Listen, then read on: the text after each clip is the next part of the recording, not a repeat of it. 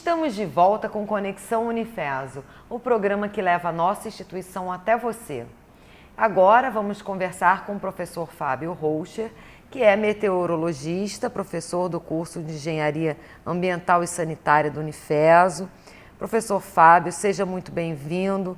Professor Fábio, antes da gente começar propriamente a entrevista, me corrija, a pronúncia do seu nome é essa mesmo? Imagino que não deve ser, Sim, né? sem dúvida. É Hochleitner. É o nome austríaco. É o nome austríaco. Isso. Tem algum significado assim especial ou é só o sobrenome? A princípio, a família ocupava uma região montanhosa na Áustria, então o nome significa guia ou guardião de montanhas altas, né, de áreas altas, de regiões relevos mais altos. Olha, não por outro motivo você foi fazer meteorologia, né? Pois é. Então, professor, é possível nós garantirmos uma previsão do tempo de uma forma confiável? Sim.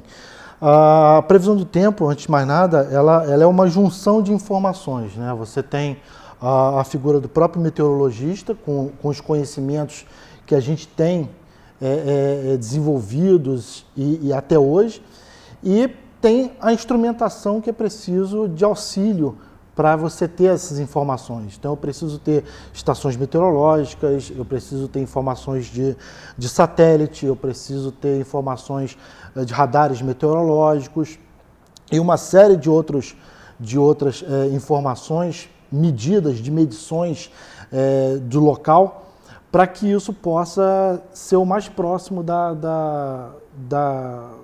uma precisão maior, né? Quanto mais preciso, melhor. Então, desde que eu tenha essas informações, eu consigo ter uma precisão maior dessas informações.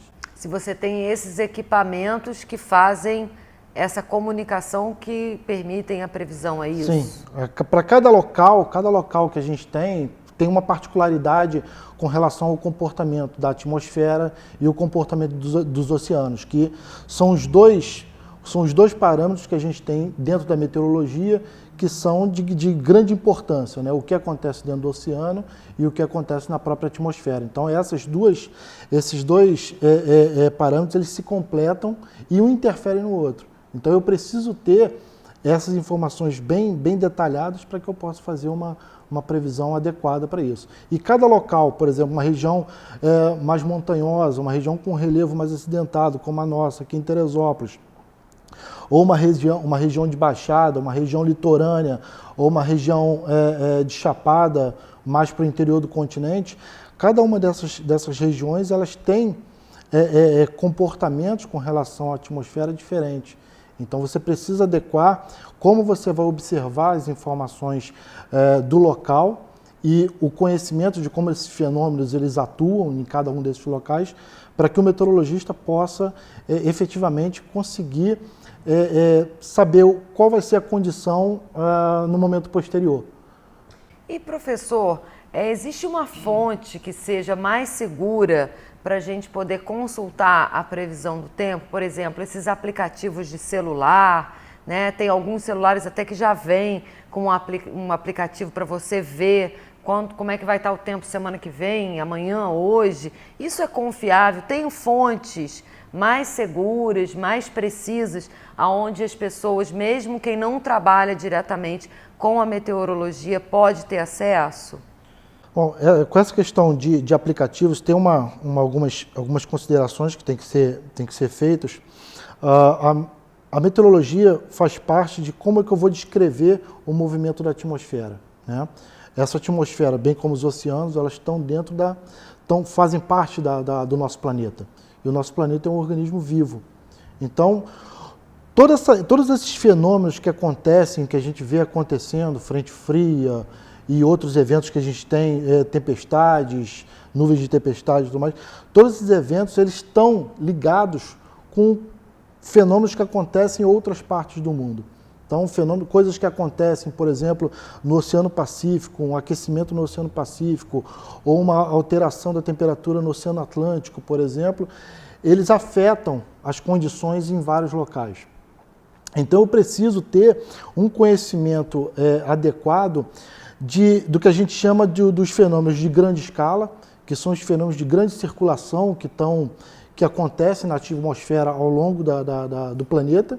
Que é isso mais ou menos quando a pessoa anuncia no jornal, tá vindo uma frente fria, que chegou no sul, dia tal, aí mostra aquele mapa. Esse é um dos fenômenos que interferem, né? A gente tem outros fenômenos, outros tipos de circulação que acontecem em escala planetária. Tá? Você tem correntes de ar que estão circulando em camadas mais altas da atmosfera, que vão influenciar essas condições mais locais. Então, eu tenho desde fenômenos de escala grande, escala planetária, até fenômenos de microclima mesmo, fenômenos mais microscópicos, que vão se relacionar entre si, desde essa grande escala até a escala mais micro, e elas vão desencadear vários fenômenos, desde fenômenos locais até fenômenos regionais. E aí, no caso dessa consulta, né, a gente pode confiar nesses equipamentos, assim, nesses aplicativos para poder saber da previsão? Tem um site que seja mais confiável para se buscar? Todas essas informações essas informações, quando a gente fala de aplicativos ou fala de alguns sites que produzem a previsão, são sites que são eles são otimizados, eles são feitos de maneira automática. Ou seja, hoje em dia a gente tem equações, né, como para a gente estudar todo esse movimento da atmosfera e as condições de oceano. Uma das formas que a gente tem é entender e trabalhar com as equações que descrevem esses movimentos. São equações matemáticas, equações um pouco complexas, que hoje você precisa ter o auxílio de computadores que vão resolver essas equações físicas. Tá? Então, essas equações elas vão me permitir prever as condições da atmosfera e do oceano um passo à frente, ou seja, um tempo à frente no tempo. Tá? Só que, como esses sites, eles precisam, obviamente você não tem uma pessoa que vai analisar cada uma das cidades ou questões locais de cada cidade no Brasil inteiro. Então você coloca esses que a gente chama de modelos atmosféricos e modelos oceanográficos, você executa esses modelos, resolve essas equações de maneira automática, e esses resultados é que são colocados em sites ou mesmo nos aplicativos. Né? Como essa escala, eu preciso resolver isso de uma maneira rápida, essa escala é uma escala regional que não dá muita precisão em condições mais locais. Né? Aqui mesmo em Teresópolis, por exemplo, eu posso ter o acesso a um aplicativo ou um site desse, que vai mostrar a condição de tempo aqui em Teresópolis, mas é uma condição geral, uma condição que eu englobo, faço uma espécie de média da região inteira de Teresópolis e digo, ó, aquela condição vai acontecer em Teresópolis inteiro. Mas é uma aproximação, então. É uma aproximação, né? Um pouco grosseira, mas é uma aproximação. Você pode utilizar essas informações sabendo dessas limitações. É claro que às vezes, quando eu olho um determinado aplicativo desse ou um determinado site desse, vai acontecer que está informando lá, vai chover. Aí eu estou na várzea, está um sol danado, mas de repente lá no Soberbo já está uma chuva muito forte, por conta das condições que a gente tem de particularidades dentro da cidade e por conta da escala de resolução que eu tenho para cada um desses fenômenos. Entendeu? Como que cada ponto da cidade vai interferir na formação desses fenômenos. E no caso dos desastres naturais, você acha que seria possível ter previsto de forma meteorológica, né? Que a meteorologia poderia ter contribuído para que a gente conseguisse prever lá em 2011 aquela tragédia que assolou a cidade, a região? Essa previsão, o que aconteceu naquele ano, em 2011, foi uma junção de fatores. Né? Uma junção de fatores que aconteceram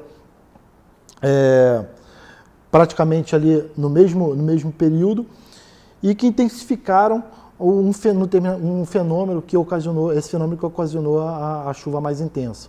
Tá? E, consequentemente, todo o deslizamento de terra e todas as consequências que ocorreram. Para você prever esse tipo de fenômeno, você precisa ter uma quantidade de informação muito grande, você precisa ter uma distribuição espacial de estação meteorológica muito densa, você precisa ter estações meteorológicas em muitos locais para você conseguir entender o que está acontecendo num determinado momento. Você precisa ter radares meteorológicos que vão me ajudar a acompanhar o desenrolar de um determinado fenômeno que esteja acontecendo. Eu tenho que ter os satélites meteorológicos e o próprio meteorologista com conhecimento da região atuando diariamente, né, para acompanhar esses fenômenos. Coisa que, por exemplo, para a gente aqui, a gente não tem diretamente uma equipe de meteorologia atuante dentro da cidade. Então, o que você está me dizendo é que sim, existe cientificamente e do ponto de vista tecnológico a capacidade de prever situações como essa. Mas não porque a gente, quer dizer, o país não faz, né? E aí, assim, existe uma coisa que não tem uma preocupação com o investimento em equipamentos profissionais e todo o aparato necessário para fazer essa medição. Que é possível você ter um acompanhamento, que a gente tem vários tipos de previsão. Como eu falei, dentro da meteorologia você tem várias escalas de fenômenos que acontecem e que vão interferir entre si. Então, eu acompanhar eventos de grande escala é bem fácil acompanhar esses eventos porque eles acontecem numa escala de tempo maior. Eventos locais, eles geralmente acontecem numa escala de tempo bem menor. Então, eu tenho que estar acompanhando como esses fenômenos estão acontecendo para eu poder fazer uma previsão. Às vezes, se eu estivesse acompanhando, de repente eu poderia olhar investigar esses fenômenos, né, tomando a decisão a partir desses dados e fazer um aviso para a população e tudo mais, dizendo, vai acontecer um fenômeno que está se intensificando agora e daqui a 2 horas ou 3 horas ou até mesmo 4 horas, esse fenômeno vai atingir um determinado ponto que pode ocasionar um evento mais sério. Então você pode já deixar a população toda de sobreaviso em cima disso. E aí, então, seria o caso das sirenes que são instaladas nas comunidades, muitas vezes de pessoas que moram em situações de risco, né, de desabamento e tudo mais? As sirenes já ajudam, né, mas você precisa ter, novamente, uma informação precisa para passar para a população. Né? Hoje em dia a gente tem, com a criação que teve de alguns centros de estudo de desastres naturais, está acompanhando esses fenômenos numa escala até maior, ou seja, uma escala mais regional. Mas o que seria interessante, principalmente em regiões como a nossa, é realmente ter uma equipe de meteorologia trabalhando e monitorando as condições do tempo 24 horas por dia, para exatamente emitir esses alertas com um grau de confiabilidade alto. Porque eu ter esse tipo de mecanismo de sirene, se eu colocar uma informação que de repente não é confiável e eu tocar a sirene, aquilo vai ser um alarme falso para a população. A população, no primeiro momento, ela vai sair, né? Vai se mobilizar, vai sair e, por exemplo, não aconteceu aquele fenômeno. Então a população retorna para suas casas. Numa segunda vez, uma terceira vez, já perde descrédito. A sirene está com defeito e está tocando e não é nada. O dia que o dia que for, realmente. Então, para evitar esse tipo de situação, é interessante ter essa análise, esse acompanhamento numa escala local, numa escala da própria cidade, e com acompanhamento de uma equipe de meteorologia associada à Defesa Civil, associada à própria prefeitura, para ter esses fenômenos bem acompanhados. E, claro, com o complemento das informações, porque não basta só o trabalho do meteorologista, ele tem que estar sendo munido com informações para que ele possa tomar a decisão. E aí sim, isso ser passado num segundo momento para a população e para os órgãos os órgãos públicos, vão tomar as devidas providências, né?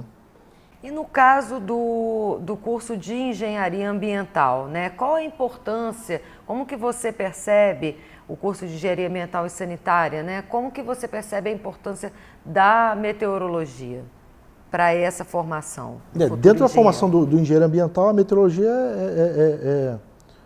não vou dizer fundamental, para não... mas é de grande importância. Para não aborrecer o pessoal do cálculo, da matemática. É de grande importância para várias ênfases dentro do curso, né? Por exemplo, a hidrografia, a hidrologia é uma das possibilidades que você precisa ter as informações de meteorologia e também conhecer as informações, os estudos sobre oceanografia, que vão impactar diretamente nos estudos de hidrologia.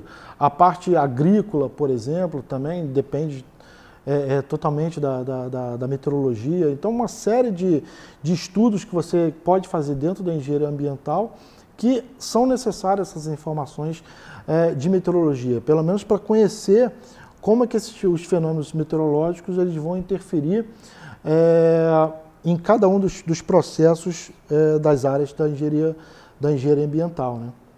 E, professor, a própria meteorologia é uma área que cada vez mais ela se beneficia, né, da interface com outros ramos da própria ciência, como você falou, né, a questão da integração de outras, da participação de outros ramos científicos, né, nessa questão da meteorologia. Como que essa interação acontece dentro do curso de Engenharia Ambiental e Sanitária oferecida pela Unifeso? A interação da meteorologia com outros campos do saber na formação do estudante. Dentro do curso há disciplinas ligadas diretamente à meteorologia, né? Há uma meteorologia e climatologia, onde você estuda toda a parte de alterações climáticas de longo prazo, né? E dentro das outras disciplinas, onde você tem a própria disciplina de hidrologia, ou seja, ou resíduos sólidos ou qualquer outra disciplina, há essa troca de informações dentro das práticas, dentro dos projetos que são iniciados em cada uma dessas disciplinas. Então, há essa troca, né, dentro de cada projeto e as informações ligadas à meteorologia estão inseridas. Professor Fábio, eu quero lhe agradecer muito pela participação no nosso programa, no Conexão Unifeso, e por trazer informações interessantes a respeito da previsão do tempo, que é um assunto que interessa tanta gente o tempo todo. Muito obrigada. Obrigado a vocês. E para você que nos acompanhou até agora, nosso também muito obrigada. E lembrando que todo o conteúdo do Conexão Unifeso você assiste no nosso canal no YouTube. Até semana que vem.